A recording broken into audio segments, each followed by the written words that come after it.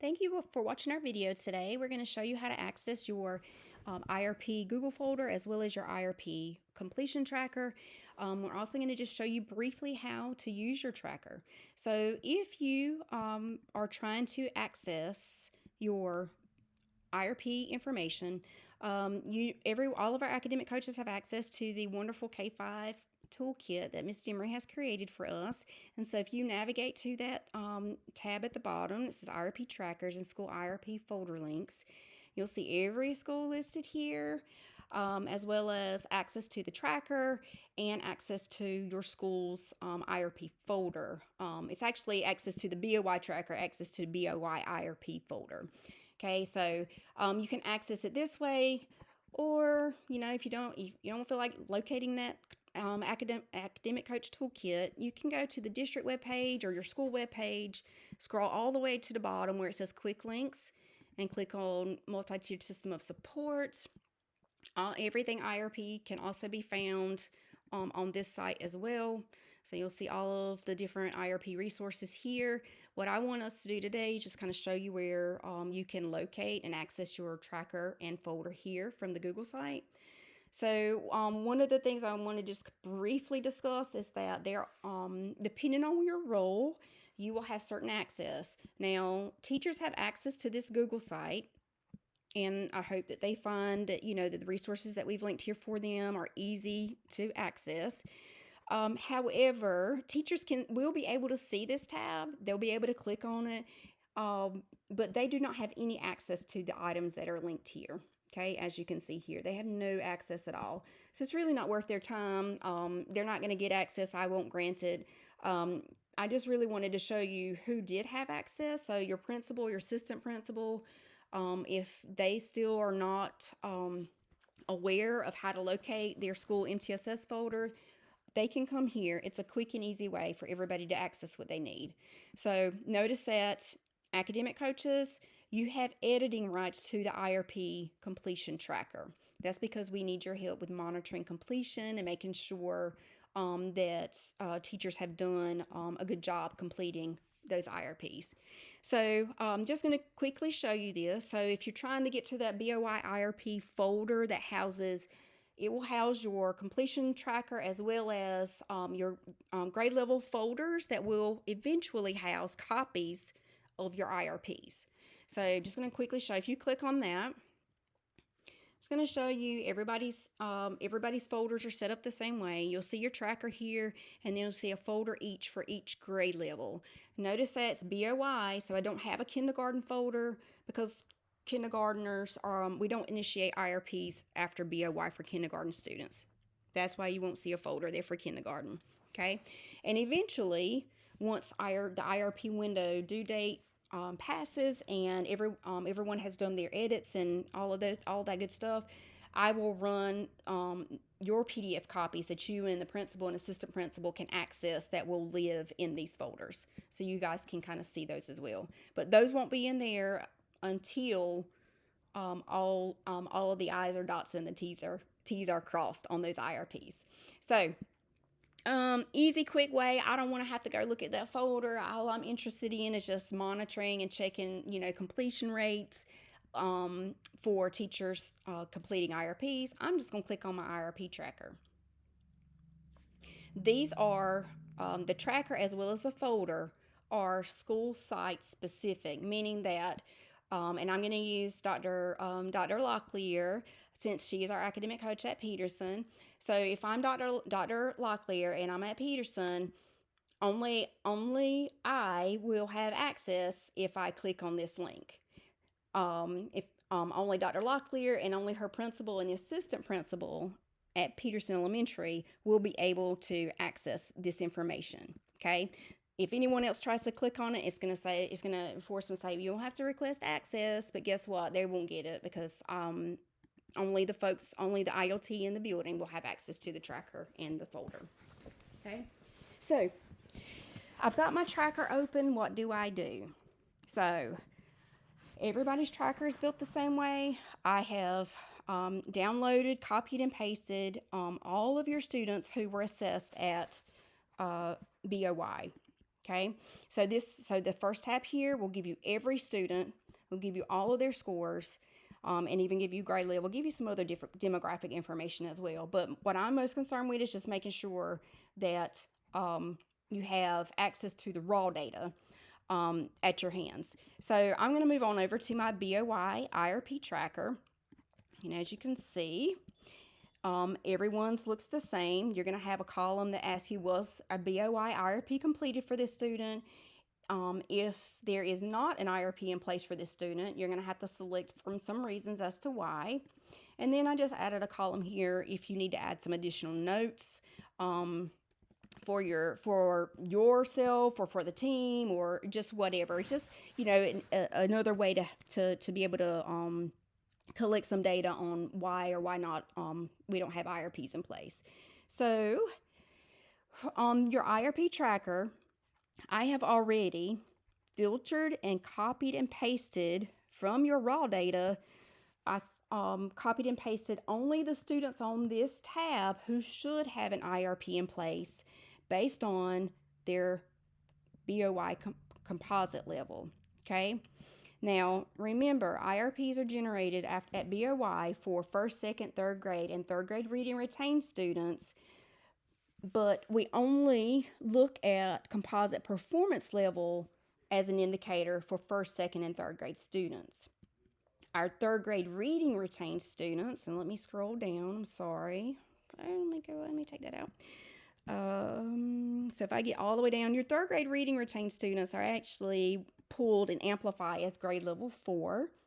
So remember, if they're a third grade reading retained student, we are not using a composite performance level to tell us whether this student needs an IRP in place. For third grade reading retained students, we are using that magic Lexile, their composite Lexile score, to determine whether an IRP is needed. And the magic number for third grade reading retained students, any third grade reading retained student who does not have a composite Lexile score of 725 or higher, those students are going to need to have an IRP in place.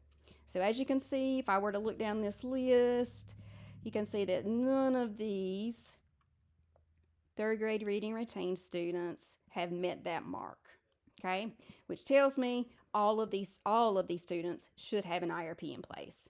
So I'm going to start at the top and just show you some quick and easy ways to manipulate through data more quickly. So what I'm going to suggest that you do first is that you copy and paste. If you highlight, you search by student's UID number, because that's a unique number. Each student has their own number. So fingers crossed that teachers entered those UID numbers correctly when they were doing IRPs. That's what we're going to use to search by. Okay, so I have highlighted that. I've copied it. Now, I want to be able to search on my first grade tab to see if this student has had an IRP completed. Tells me here he was well below. He's in the first grade. He should have an IRP in place. So I'm going to navigate over to my first grade tab. And you could choose to navigate to the first grade tab and like scroll through and look at all of these names. You can do that if you want. I would not suggest doing that. So I'm going to show you a quick easy way to do it on a Mac. If you press Command F, a search bar will pop up. I think on an HP it's Control F. So if you're working on an HP, try Control F. But on a Mac, you're going to hit Command F, and you're going to paste that student's UID number there. And fingers crossed that the teacher entered the correct UID number for that student. You should see something like this pop up if the IRP has been created. So yeah, clearly tells me that this student has an IRP. The teacher's created one. Okay, so I'm going to come back here. I'm going to just kind of scroll through. I'm going to highlight that line. Just click on that number on the side. And I'm just going to take a moment just to scroll through, just to check, make sure all my scores were entered in the correct format, to make sure that, just that all the spellings are correct and that kind of thing. Just do that very briefly. Everything looks good to me. I'm going to come back. He's got one in place. I'm going to say, yep, one has been completed. That's all I have to do for that student. Now, what if I come across a student who does not have an IRP in place? So I'm going to navigate to a student. Let's choose this one. I'm going to copy hers. I'm going to copy her UID number. And this student, she's in the 2nd grade. She's well below benchmark. So based on that, she should have an IRP. So I'm going to navigate to my 2nd grade tab. And again, you could choose to I've got a lot of time, just let me scroll through and look at these names. I don't advise doing that. I'm going to open my search bar and I'm going to paste her UID number in there. Now, see what happened here. It says 0 out of 0, which tells me that there is no number on this tab that matches that number. You and I both know that teachers are humans. We make mistakes. We might have messed up a number in that UID number when we were creating the IRP. So guess what? I'm going to go back and I'm going to pull that student's last name. That's the next way you could search. Okay, so I'm going to paste her name in that search bar. Now I'm going to go back to my 2nd grade tab and let me see if I can search her by her last name. Now, take a look at this. Still showing 0. So I might just take an opportunity to glance through that list and the last names here, and there's not a Richardson there. So guess what? That student does not have an IRP. That's showing on this tab. But what if the teacher selected the wrong grade level, which happens too a lot? Just, it was that drop-down box. They selected the wrong grade level by accident. So I'm going to come to all of my data, that tab that says BOY IRP all data. I'm just going to do a quick search there just to make sure that there was not a mistake. Well, as you can see, I'm looking at all of the IRPs that have been completed thus far, and as you can see, it did not find a student with the last name of Richardson. You could come in here and try searching by that student's UID number again if you wanted to. I wouldn't suggest doing that.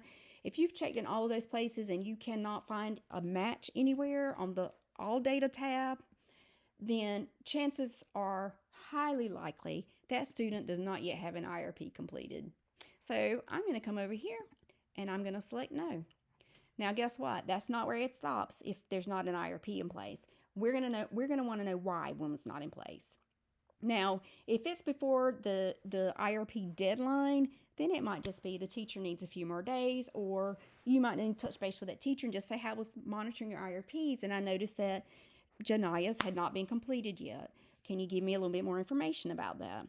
So that helps just kind of keeping the dialogue open and kind of the checks and balances between you and the teacher, just making sure every child has an IRP that's supposed to have one. So legitimate reasons as to why a student may not have an IRP in place could be any of these 3, okay? So let's just say it's beyond the due date, it's the day after, and we still have students who do not have IRP in place. Well, what's going on? The student may have an an IEP that has reading goals in it. So in those instances, you're going to have this student would not need an IRP, so that would be okay.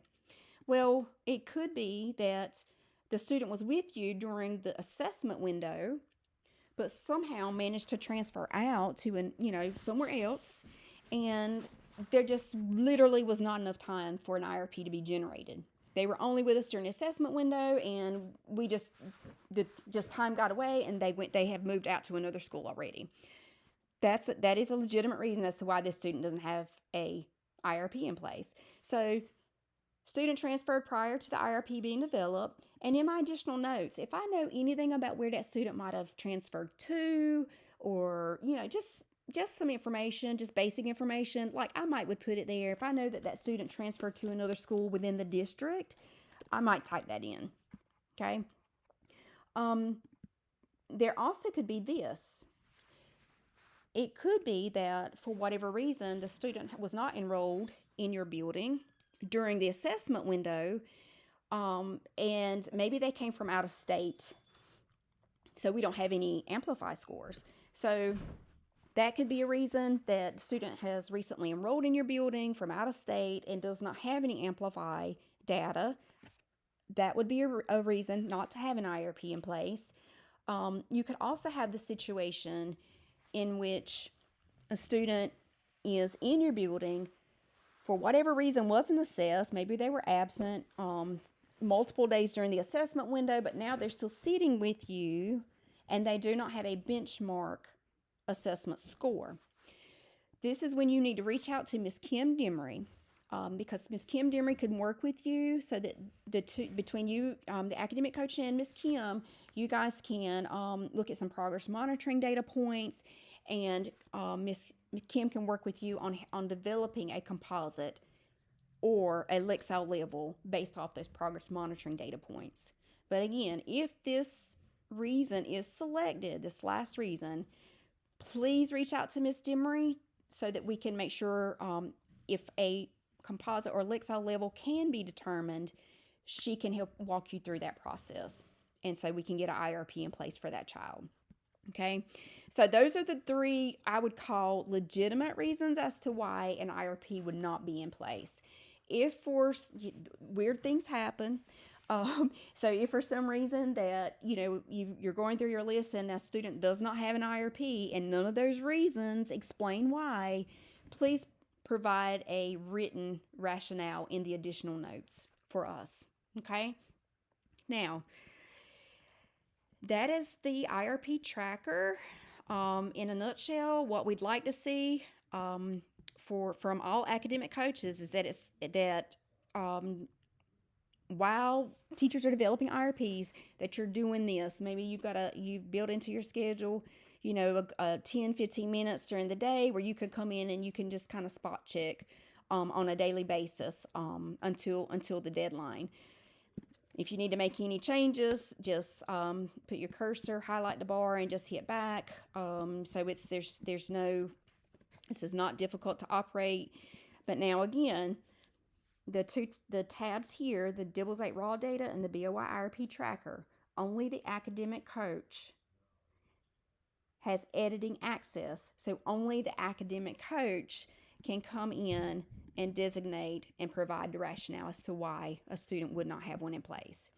The tabs that are highlighted or colored red on your spreadsheet, these are locked and you cannot filter, you do not have any editing access to this because all of these sheets are feeding from the main form. Okay, and I'll try to keep your lists in alphabetical order as best as I can, but I have to do that from the master spreadsheet. So, like I said, I've shown you some quick and easy ways to find students. Use your Command F or Control F search bar function and search by UID first. And then if you can't find it, I would then search by last name. Okay, because again, the UID numbers are the best, but they're only going to work if they're accurate. Okay, and then if you have any questions or concerns about anything dealing with your tracker, please reach out to anyone on the team, myself, Dr. Bullard, or Ms. Kim Demery. You could contact Dr. Dallas. I'm not so sure, for logistics like this, but if you have just general questions about IRPs, feel free to do that. And then hopefully when Miss Brandy Bullard returns after she's had our beautiful sweet baby, you'll be able to contact her as well. But I'm sorry, but you're stuck with me and Miss Demery for now. So if you have any questions, please feel free to reach out to us. We look forward to hearing from you.